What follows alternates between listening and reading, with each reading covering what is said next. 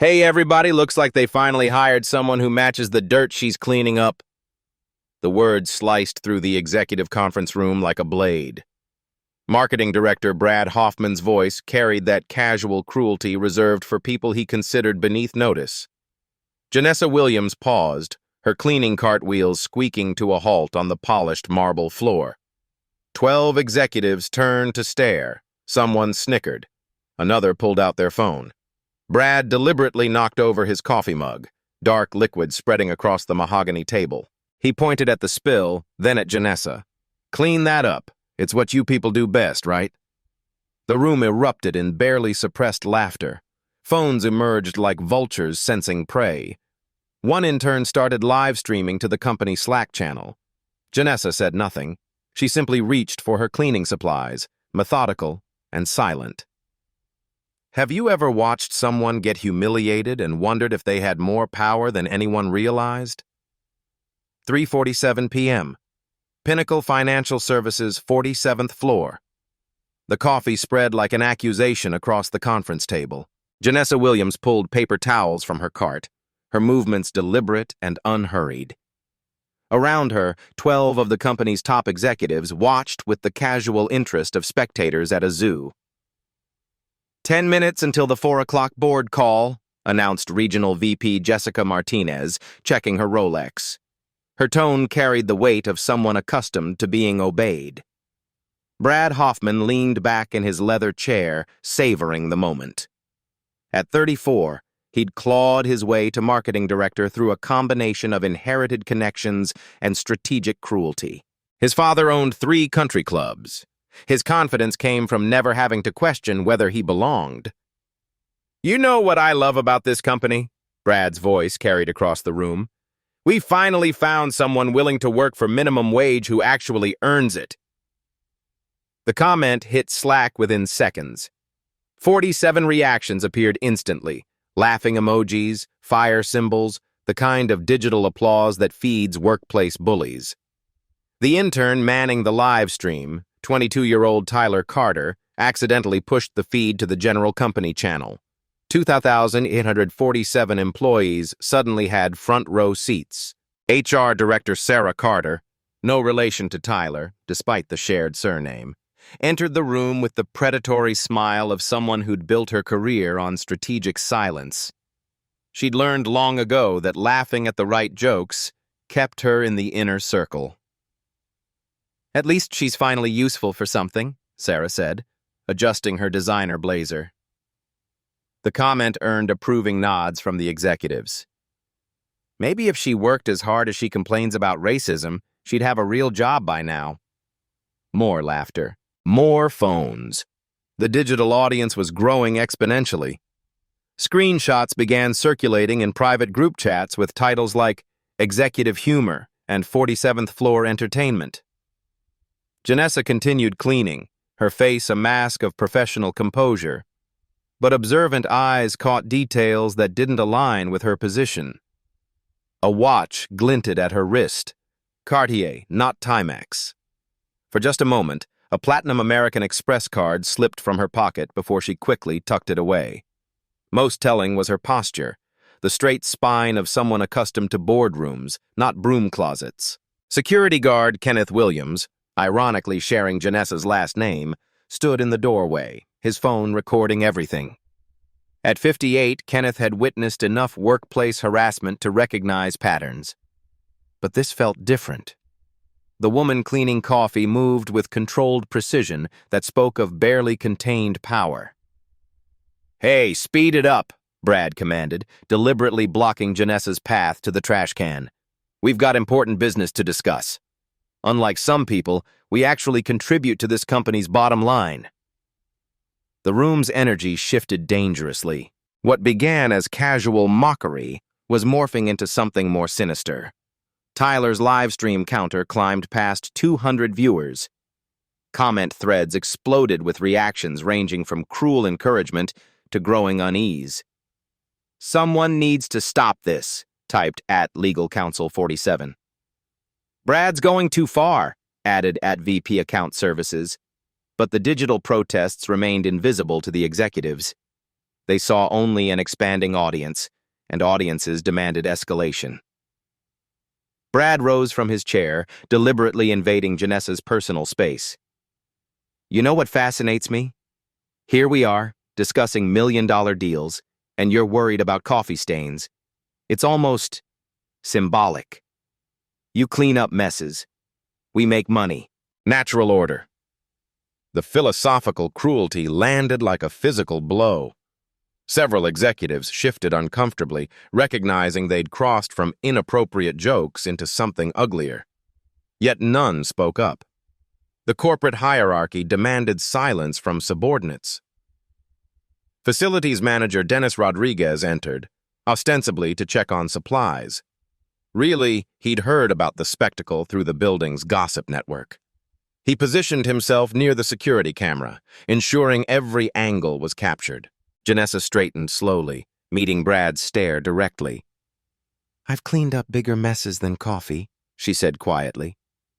Her voice carried an unusual quality. Too educated, too precise for their preconceptions. The words hung in the air with strange weight, as though carrying hidden meanings. But the executives were too intoxicated by their own performance to notice subtlety. Jessica Martinez checked her Rolex theatrically. 8 minutes to the board call. Should we wrap up this diversion? Diversion. Another casual dismissal of human dignity. Janessa's jaw tightened almost imperceptibly. Brad sensed his audience's attention waning and pushed for a finale. Tell you what, Janessa, smile for the cameras. This is definitely going in our quarterly newsletter. Employee Spotlight, the woman who knows her place. He reached for her employee badge with predatory confidence, intending to examine her credentials publicly. The ultimate humiliation, questioning her right to even clean their floors. But as Brad's fingers approached the laminated badge, something shifted in Janessa's demeanor. She didn't recoil or submit. Instead, she calmly reached into her cleaning cart, past the industrial cleaners and paper towels, and retrieved something completely unexpected. A leather briefcase. Expensive. Professional. Bearing the embossed logo of a prestigious law firm most executives would recognize instantly. The room fell silent except for the hum of air conditioning and Tyler's live stream notifications.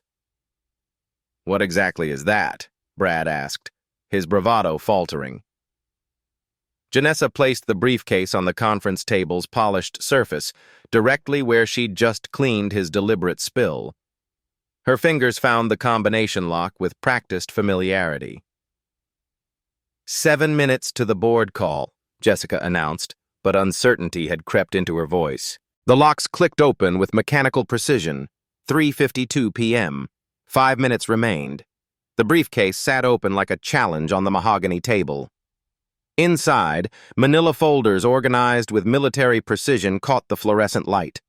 Legal documents, official seals, the kind of paperwork that made corporate executives nervous. But Brad Hoffman had built his career on never backing down from challenges, especially public ones. With Tyler's live stream now approaching 300 viewers and growing, retreat would signal weakness. Legal documents. Brad laughed, though the sound carried less conviction than before. What, you moonlight as a paralegal between toilet cleanings? Several executives chuckled, but their laughter felt forced. Something about Janessa's calm confidence had shifted the room's energy. She wasn't behaving like someone caught off guard. She was behaving like someone who'd been waiting for exactly this moment. VP of Operations Michael Torres entered the conference room, drawn by reports of unusual activity on the executive floor. At 45, Michael had survived 3 corporate restructurings by reading situations quickly and positioning himself appropriately. What he saw made his survival instincts scream warnings. "What's going on here?" Michael asked, his tone carefully neutral.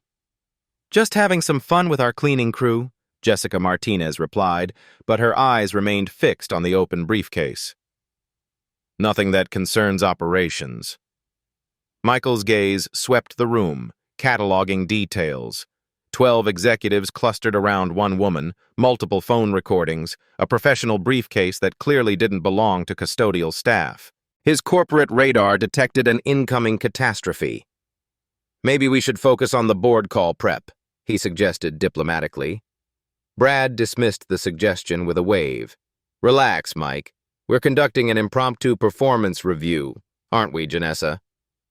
The way he emphasized her name carried mockery, as though the very sound amused him.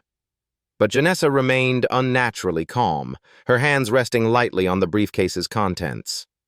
"5 minutes to board," she said quietly. "I'd suggest you use them wisely." The statement landed strangely. Why would a cleaning lady care about their board call timing? And why did her voice carry the authority of someone accustomed to running meetings rather than cleaning up after them? Tyler Carter's live stream chat exploded with speculation. "Who is this woman? Something's not right here. Check her background, someone. This feels like a setup." But the executives remained focused on their live audience, addicted to the validation of digital applause. They couldn't see the growing unease in the comment threads, the way public opinion was shifting from cruel amusement to uncomfortable recognition. Sarah Carter stepped closer to the table, her HR instincts finally engaging. "Janessa, company policy requires advance approval for any legal documentation brought onto premises. You'll need to close that briefcase immediately." It was a power play disguised as policy enforcement. Sarah was attempting to reassert corporate control over a situation that felt increasingly unstable. Janessa looked up slowly, meeting Sarah's gaze directly. "I have proper authorization for everything in this briefcase." "From whom?" Sarah demanded. "The Federal Bureau of Investigation." The words dropped like stones into still water. Ripples of silence spread across the room. Even Tyler stopped narrating his live stream, his finger hovering uncertainly over the broadcast controls. Brad's confidence cracked visibly. "FBI? What kind of game are you playing?" "No game," Janessa replied. She lifted the first folder from the briefcase, revealing an official letterhead that made several executives step backward. "Federal investigation into workplace discrimination and financial irregularities at Pinnacle Financial Services." The corporate hierarchy that had protected them moments before suddenly felt fragile. Michael Torres edged toward the door, recognizing career-ending turbulence when he saw it. But Brad, cornered and desperate to maintain face, doubled down on aggression. "You're bluffing! No way the FBI sends undercover agents to work as janitors. That's movie nonsense." He reached for the folder, intending to expose what he assumed was an elaborate hoax. The move was calculated to humiliate Janessa publicly and restore his authority. Janessa didn't stop him. She simply watched as Brad opened the folder and began reading. His face went white. "What does it say?" Jessica demanded, though her voice had lost its commanding edge. Brad's hands trembled slightly as he read aloud. "Dr. Janessa Williams, former Chief Financial Officer, Morrison Industries, currently consulting with federal law enforcement on patterns of corporate discrimination and financial fraud." The name hit the room like an explosion. Morrison Industries had dominated business headlines 18 months ago when their CFO testified against the company's CEO in a massive fraud trial, the whistleblower who'd brought down a Fortune 500 executive. "Oh my God," whispered Associate VP Patricia Kim. "You're that Janessa Williams." Tyler's live stream chat erupted in recognition. "It's her! The Morrison whistleblower! She destroyed a billionaire CEO. We're all witnesses now." The viewer count spiked past 500 as word spread through the company's digital networks. What began as workplace entertainment had become a corporate catastrophe broadcast in real time. Kenneth Williams, still recording from the doorway, felt his phone grow heavy in his hands. He'd witnessed discrimination cases before, but this was different. This woman hadn't stumbled into harassment. She'd engineered it, documented it, and now held evidence that could destroy careers. 3 minutes to board call, announced the conference room's automated system. The timing wasn't coincidental. Nothing about this situation was coincidental. Jessica Martinez found her voice first. Dr. Williams, if you're conducting some kind of investigation, surely we can discuss this privately. No need for theatrics. Theatrics? Janessa's eyebrows rose slightly. You mean like deliberately spilling coffee and demanding I clean it? Like calling me entertainment for your colleagues? Like questioning my right to exist in your workplace? Each word landed with surgical precision. She wasn't angry. Anger would have been easier to dismiss. She was clinical, methodical, building a case with the expertise of someone who'd done this before. Brad made one final desperate play. Look, if there was a misunderstanding— No misunderstanding, Janessa interrupted. 6 weeks of documentation, 47 separate incidents across 8 departments. Today was simply the culmination of a comprehensive investigation into systematic workplace discrimination at Pinnacle Financial Services. She reached into the briefcase again, producing a second folder marked with federal seals. This concerns financial irregularities discovered during my investigation. Specifically, the manipulation of diversity metrics to secure government contracts worth approximately $68 million. The room's temperature seemed to drop 10 degrees. Government contract fraud carried criminal penalties, not just civil liability. 2 minutes to board call, the system announced. Michael Torres bolted for the door. Patricia Kim followed. The executive audience was hemorrhaging as self-preservation instincts overrode curiosity.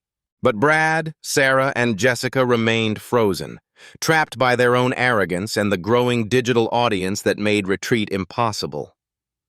"What do you want?" Jessica asked, her voice barely above a whisper.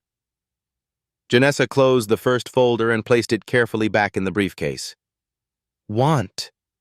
I want exactly what's about to happen. Justice. Accountability.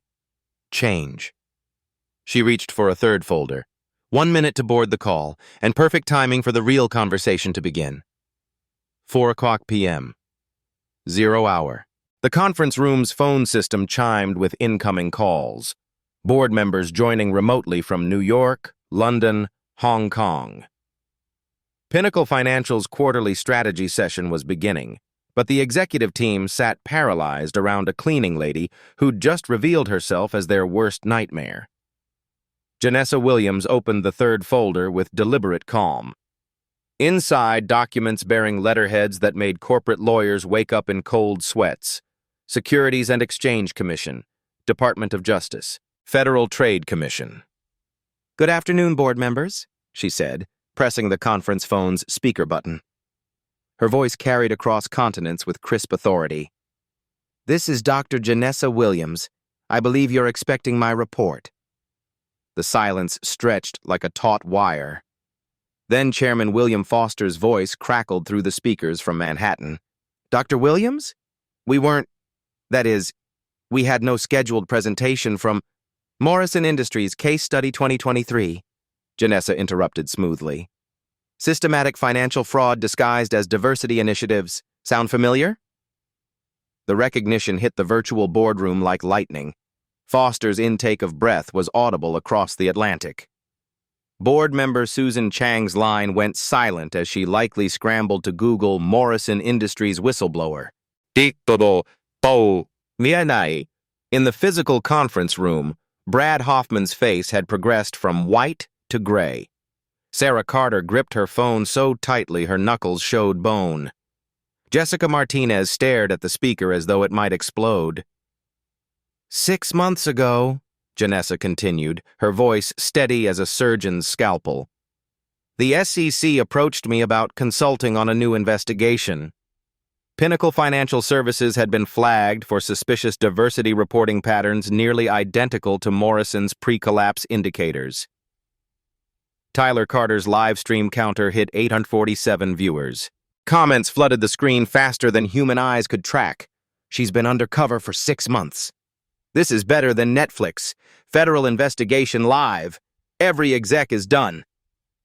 Kenneth Williams adjusted his phone's angle, ensuring perfect documentation of the nuclear explosion occurring in real time. His security experience told him this footage would be subpoenaed within days. The initial investigation focused on financial irregularities, Janessa explained to her dual audience, physical and digital. Inflated diversity metrics, phantom consulting contracts, fabricated minority-owned vendor relationships, standard corporate fraud. She lifted a document stamped with federal seals.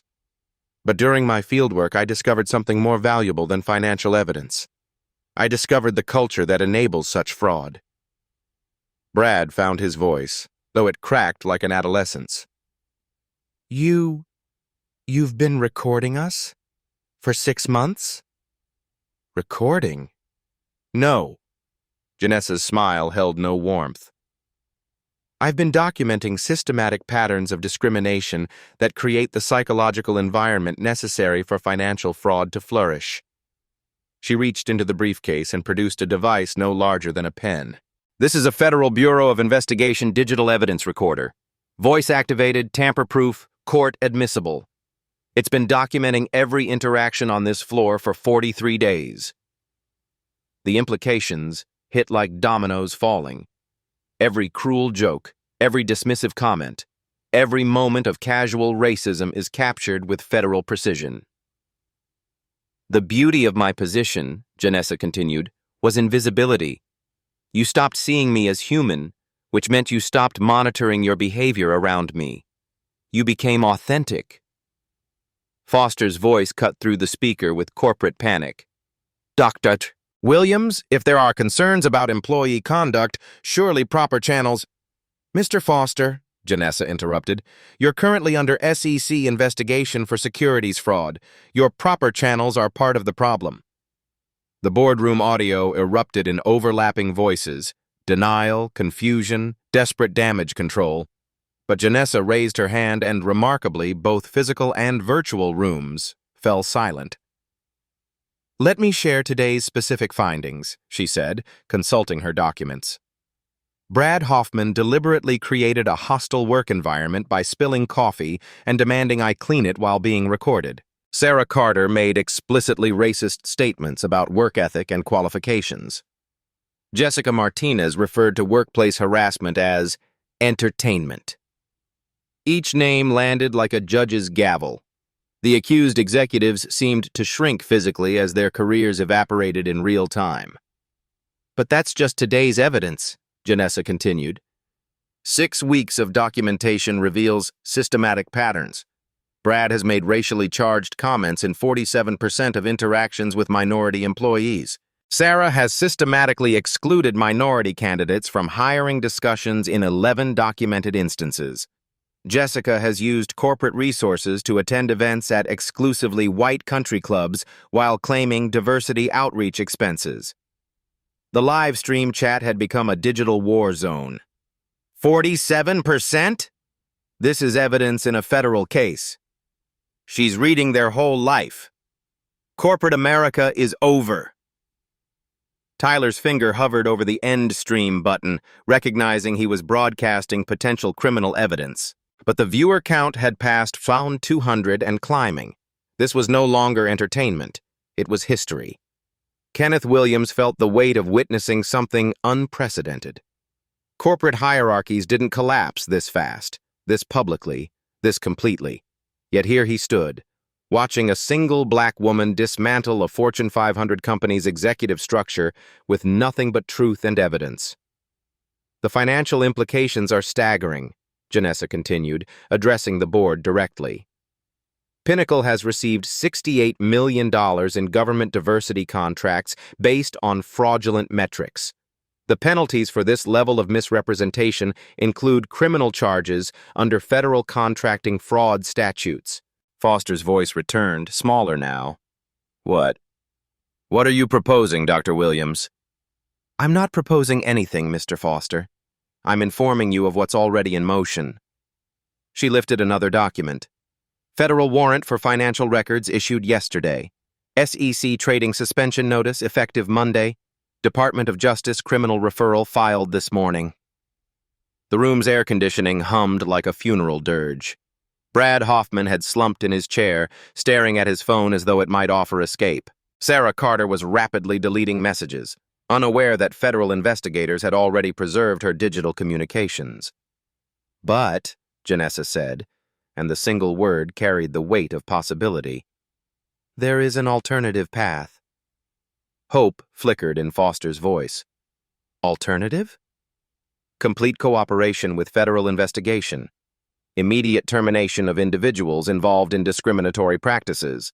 Public admission of systematic failures. Comprehensive policy reform with external oversight. And financial restitution to affected employees.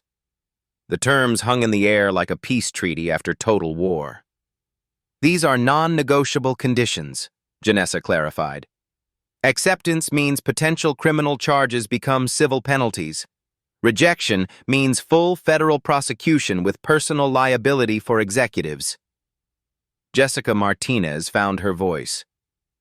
How do we know you won't pursue this regardless? Because, Janessa replied, my goal isn't destruction. It's transformation. But transformation requires admission of guilt and commitment to change.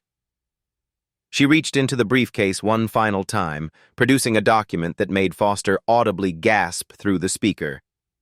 Federal Cooperation Agreement, already drafted and ready for signature. You have 30 minutes to decide, Janessa announced.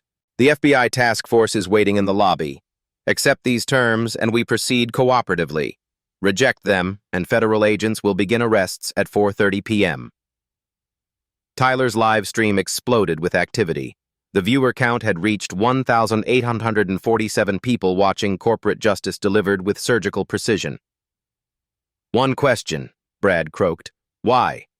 Why put yourself through 6 months of this? Janessa looked at him with something approaching pity. Because someone has to. Because every black person who enters corporate America deserves better than your version of entertainment. Because systematic change requires systematic evidence. She began closing folders, each snap of paper sounding like a closing chapter. And because, she added quietly, I wanted you to see that the woman you dismissed as just the cleaning lady has the power to clean the house in ways you never imagined. The digital audience had gone silent, processing the magnitude of what they'd witnessed. This wasn't just workplace drama. It was a masterclass in strategic justice. The digital audience had gone silent, processing the magnitude of what they'd witnessed. This wasn't just workplace drama. It was a masterclass in strategic justice. 29 minutes remaining, Janessa announced, checking her Cartier watch openly now. I suggest you call your lawyers. You're going to need them. Foster's voice returned through the speaker, defeated. Dr. Williams, assuming we accept these terms, what happens to these individuals involved? Immediate termination for cause, no severance packages, personal liability for any criminal charges that emerge from ongoing investigation, public statements acknowledging their actions. Janessa's tone remained clinical. Essentially, they face consequences proportional to the damage they've caused. Brad Hoffman finally looked up from his phone, desperation creeping into his voice. This is entrapment. You deliberately provoked us. Entrapment requires inducement to commit crimes you wouldn't normally commit, Janessa replied without missing a beat. I simply provided opportunity for you to reveal your authentic character. Everything recorded today represents your voluntary choices. She gestured toward Tyler's phone, still broadcasting to nearly 2,000 viewers. Your audience can judge whether today's behavior was aberrant or consistent with your normal patterns. The live stream comments had evolved beyond shock into something resembling digital jury deliberation. He's been like this for years. I worked there. This is normal for him. Sarah blocked my promotion in 2022. Justice, finally. Kenneth Williams recognized the shift occurring in real time. Social media was becoming a court of public opinion, and the verdict was unanimous. These executives weren't victims of entrapment. They were perpetrators finally facing consequences. Sarah Carter attempted damage control. If we cooperate fully, can this recording be kept confidential? The federal evidence is already in government possession, Janessa replied, but live stream documentation belongs to the public domain. You might want to address your online audience directly. The suggestion landed like a challenge. Sarah looked at Tyler's phone with growing horror, realizing thousands of current and former employees were watching her career implode in real time. Sarah started, then stopped. What defense existed for behavior broadcast live to witnesses? Jessica Martinez tried a different approach. The company will obviously cooperate with any investigation, but surely personal accusations can be discussed privately. Personal? Janessa's eyebrows rose.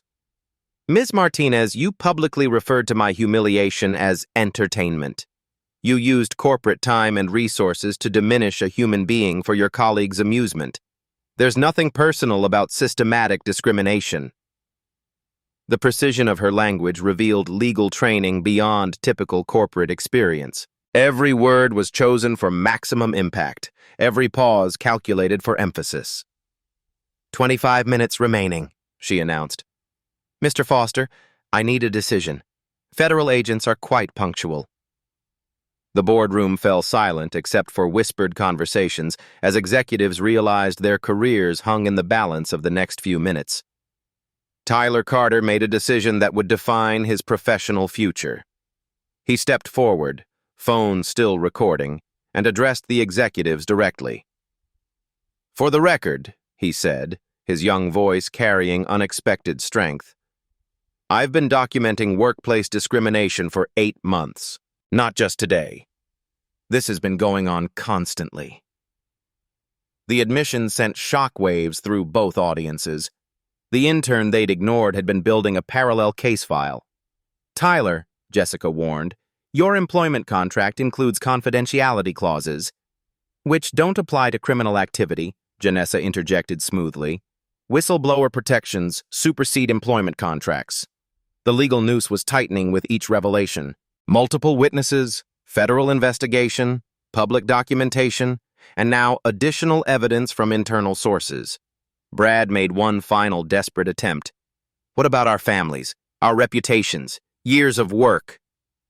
What about Keisha Johnson's family when you passed her over for promotion 3 times? Janessa countered. What about David Carter's reputation when you publicly questioned his qualifications based on his accent? What about the 47 documented minority employees who left this company due to hostile work environments you created? She opened her briefcase again, revealing a thick file labeled Employee Testimonials. 23 former employees provided statements about discrimination they experienced. Your behavior today wasn't isolated. It was pattern confirmation. The weight of systematic abuse hung over the room like smoke. This wasn't about today's incident. It was about years of accumulated harm finally demanding accountability. 15 minutes, Janessa announced. Mr. Foster, federal agents don't wait for corporate comfort. Foster's voice returned, hollow with defeat. We accept your terms, Dr. Williams. Full cooperation. The words hung in the air like a surrender flag. Brad Hoffman buried his face in his hands. Sarah Carter stared at her phone screen where her LinkedIn notifications had exploded with connection requests from lawyers and journalists. Excellent, Janessa replied calmly. Federal agents will arrive momentarily to begin documentation procedures. Mr. Hoffman, Ms. Carter, Ms. Martinez, your personal legal counsel should be present for individual interviews. She began packing her briefcase with the same methodical precision she'd displayed while cleaning coffee. Tyler, your footage will be subpoenaed as evidence. Kenneth, your security recordings are now federal property. Both men nodded, understanding their roles as crucial witnesses in a case that would reshape corporate accountability.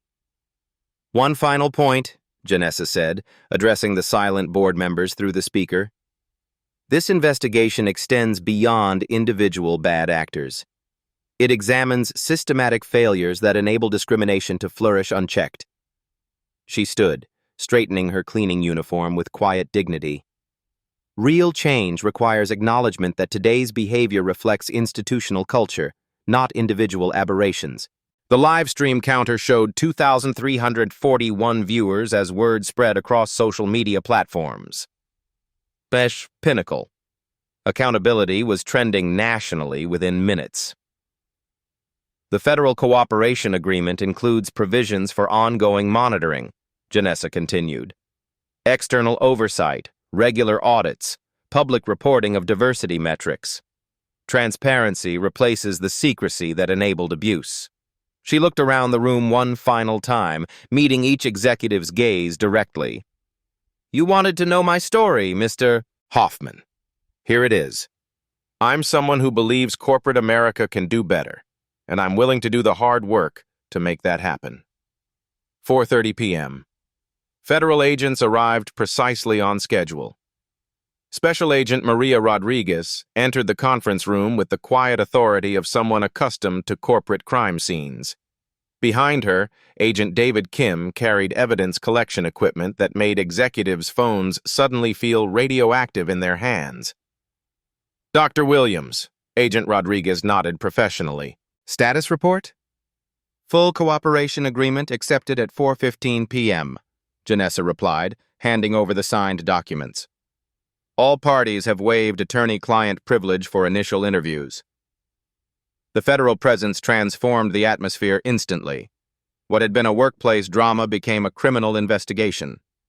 Tyler's livestream viewer count spiked past 3,000 as news spread across corporate networks nationwide. Agent Kim began setting up recording equipment while Rodriguez reviewed the cooperation agreement. Mr. Foster, she addressed the speakerphone. This agreement requires immediate disclosure of all financial records related to diversity contracting fraud. Foster's voice carried resignation. Our accounting department will provide full access within the hour. Excellent. Dr. Williams has provided preliminary evidence suggesting systematic inflation of minority contractor relationships, specifically $68.2 million in government contracts obtained through fraudulent diversity certifications. The numbers hit the boardroom like artillery shells. Sarah Carter visibly flinched as Agent Rodriguez continued reading federal charges that carried 5 to 10-year prison sentences.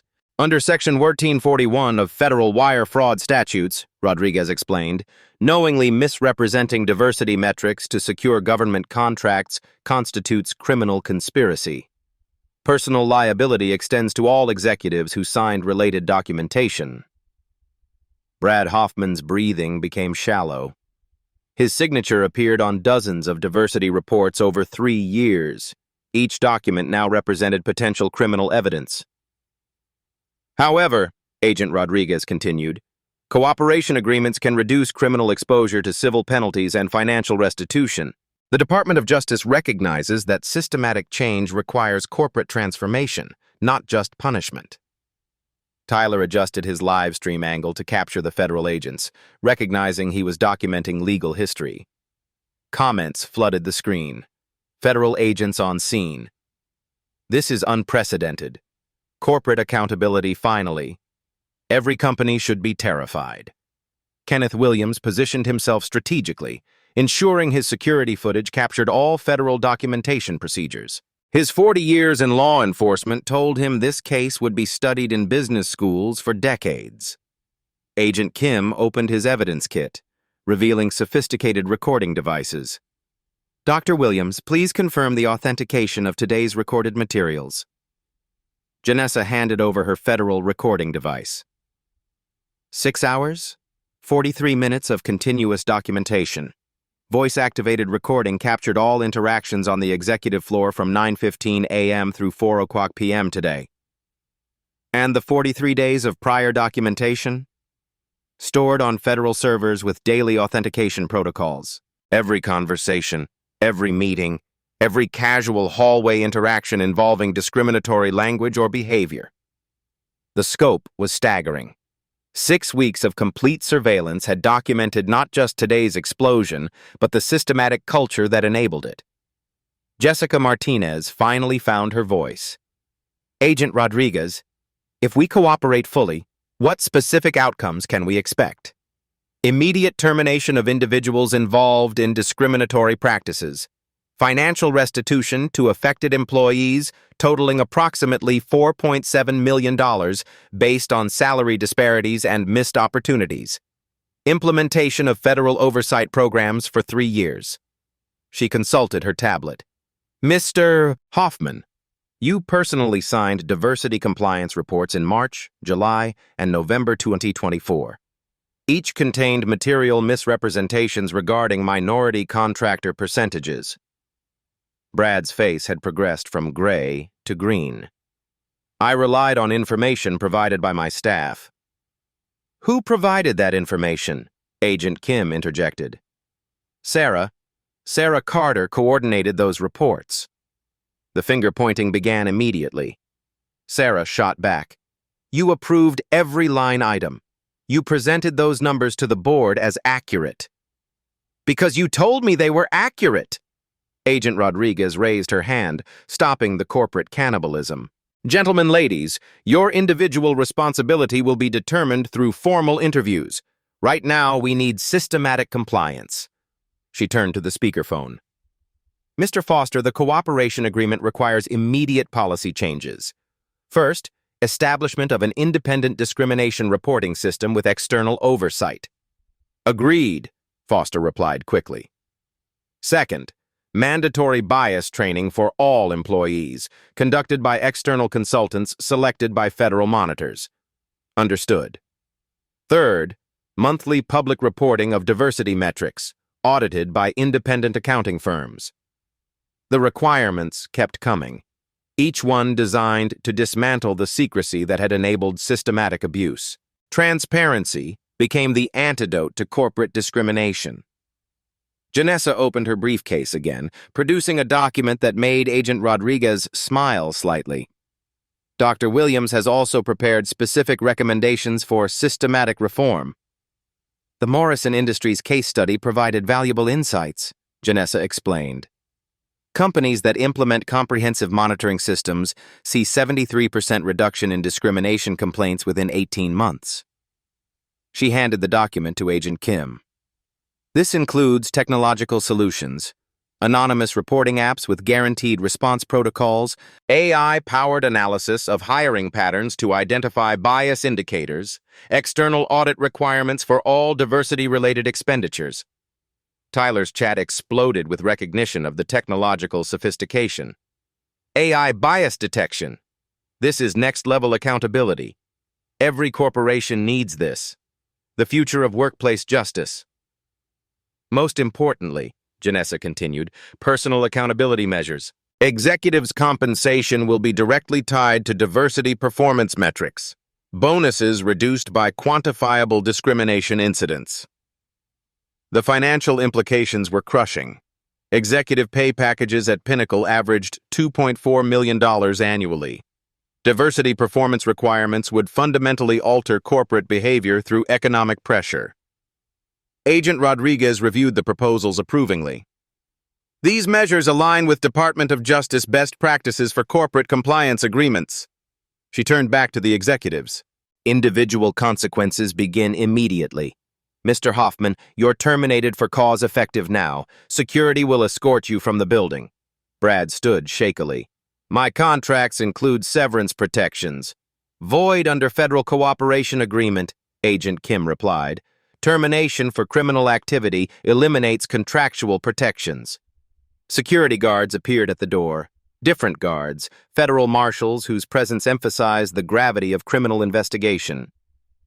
Ms. Carter, Agent Rodriguez continued, you're suspended pending investigation. All hiring authority is revoked immediately. Sarah's phone buzzed constantly with LinkedIn notifications. Former colleagues distancing themselves, recruiters withdrawing opportunities, professional associations reviewing her memberships. Ms. Martinez, you're placed on administrative leave. All departmental decisions require federal monitor approval until investigation concludes. The systematic dismantling continued with clinical precision. Years of corporate hierarchy collapsed within minutes under federal authority. The financial restitution process begins tomorrow, Agent Rodriguez announced. 23 former employees will receive compensation for documented salary disparities. Current employees affected by discriminatory practices will be interviewed for additional claims.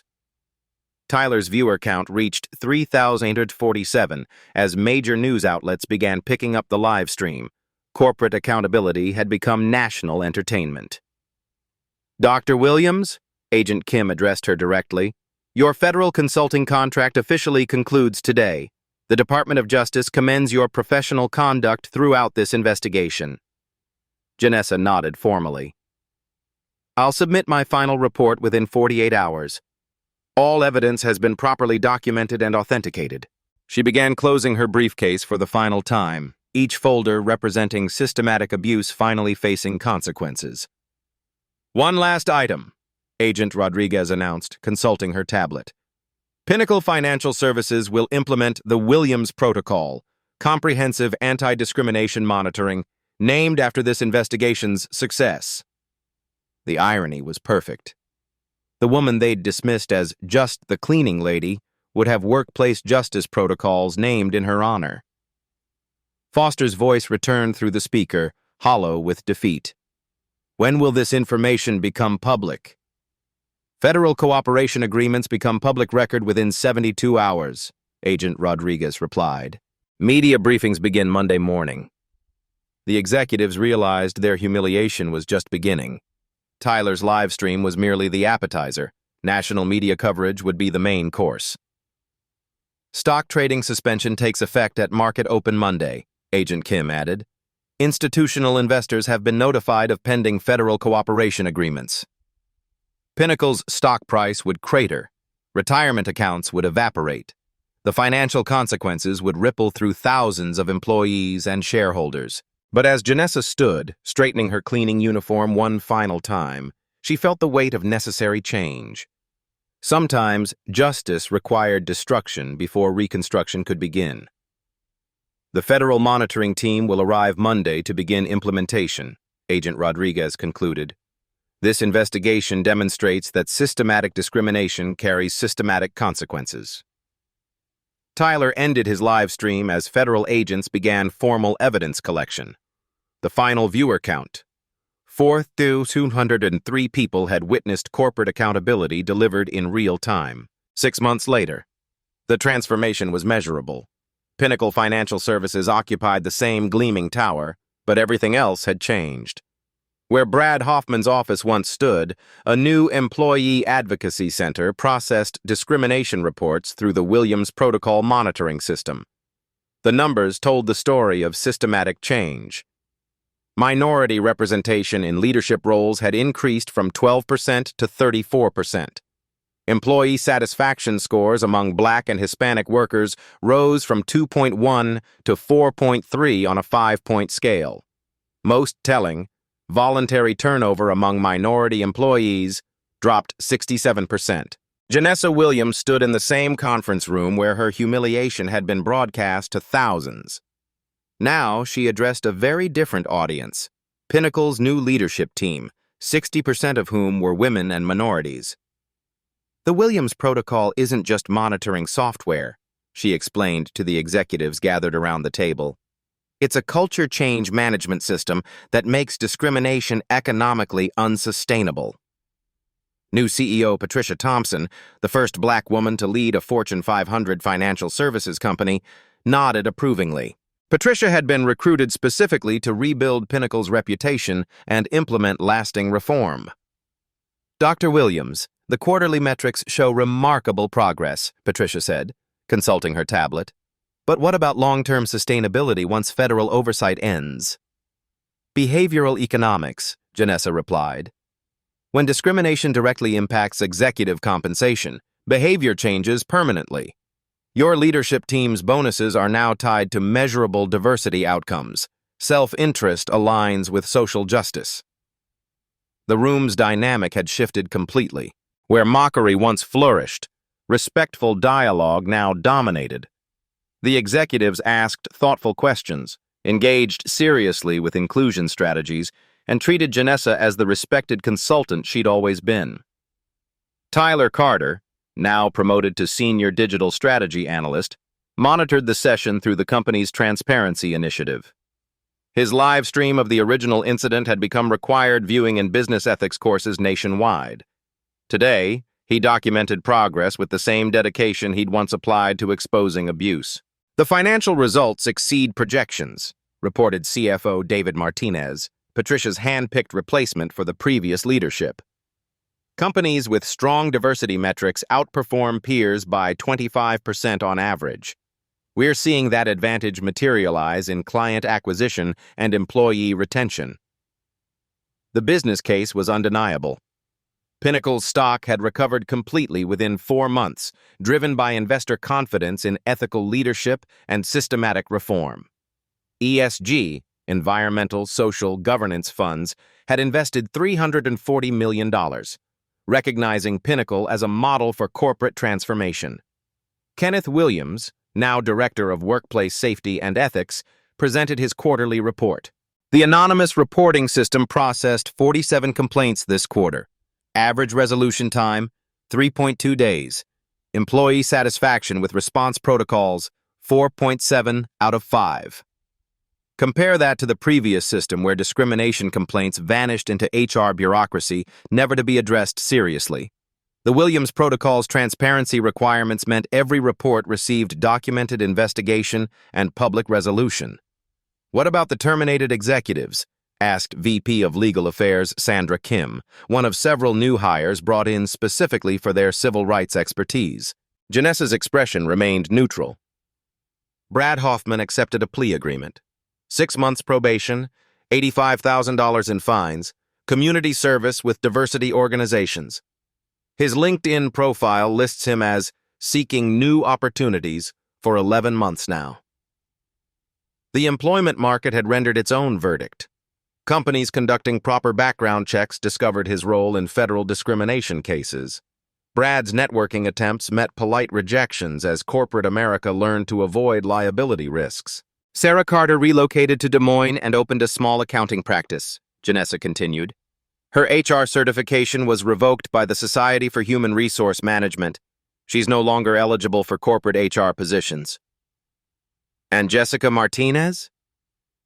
Accepted a position with a nonprofit focused on workplace diversity training. Significant salary reduction, but she's reportedly committed to making amends through education and advocacy. The individual consequences served broader purposes. Other executives across corporate America watched former peers face real accountability, adjusting their own behavior accordingly. Fear of professional destruction proved more effective than ethics training alone. Patricia Thompson stood, addressing the room with quiet authority. The Williams Protocol has been licensed to 73 companies nationally. We're not just reforming Pinnacle, we're pioneering industry-wide change. The financial model was brilliant. Pinnacle monetized their transformation by selling monitoring systems to other corporations seeking to avoid federal investigation. Justice became profitable, ensuring sustainability beyond moral arguments. Dr. Williams, Patricia continued, your consulting work here officially concludes today, but I hope you'll consider joining our board of directors.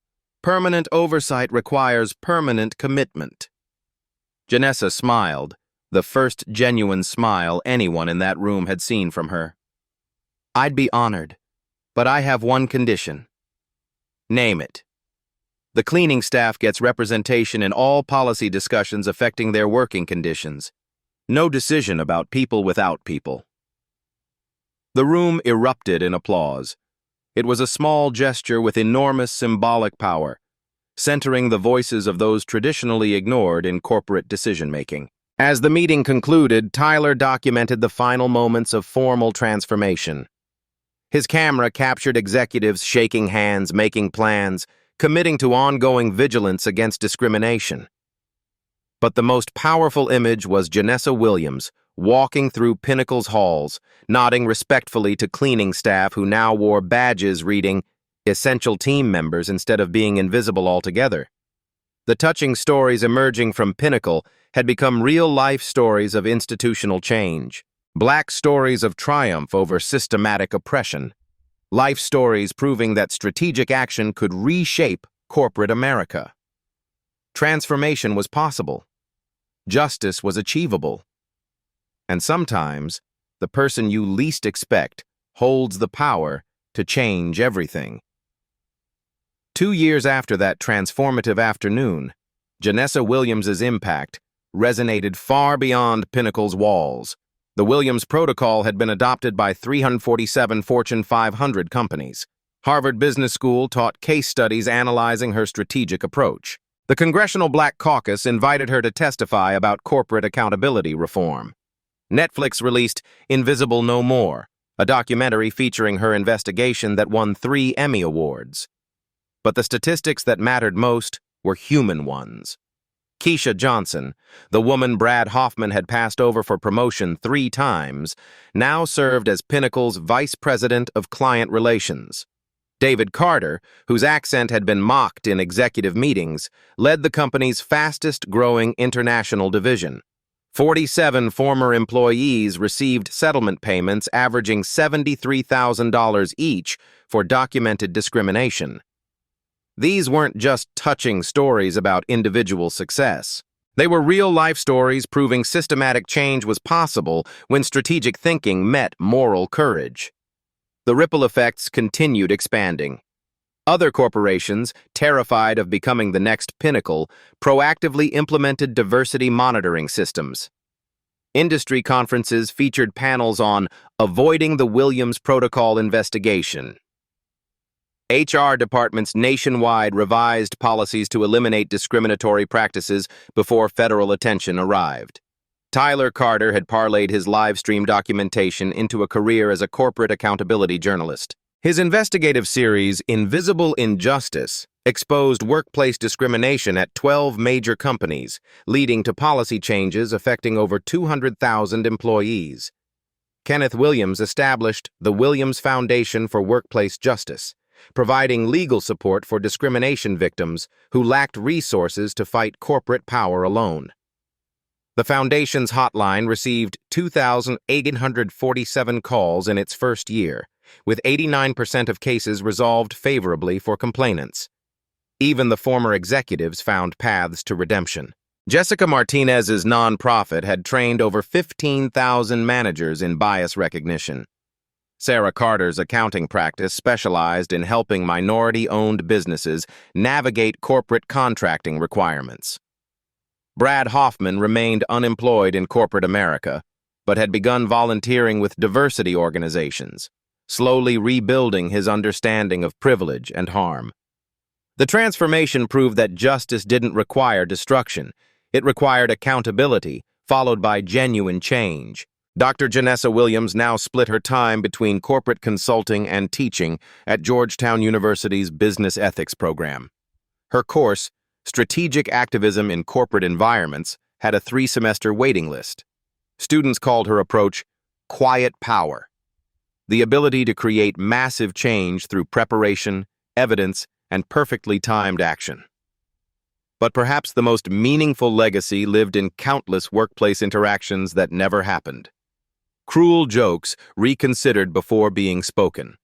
Discriminatory hiring decisions questioned and corrected. Hostile environments transformed through awareness that someone might be watching, documenting, preparing to act.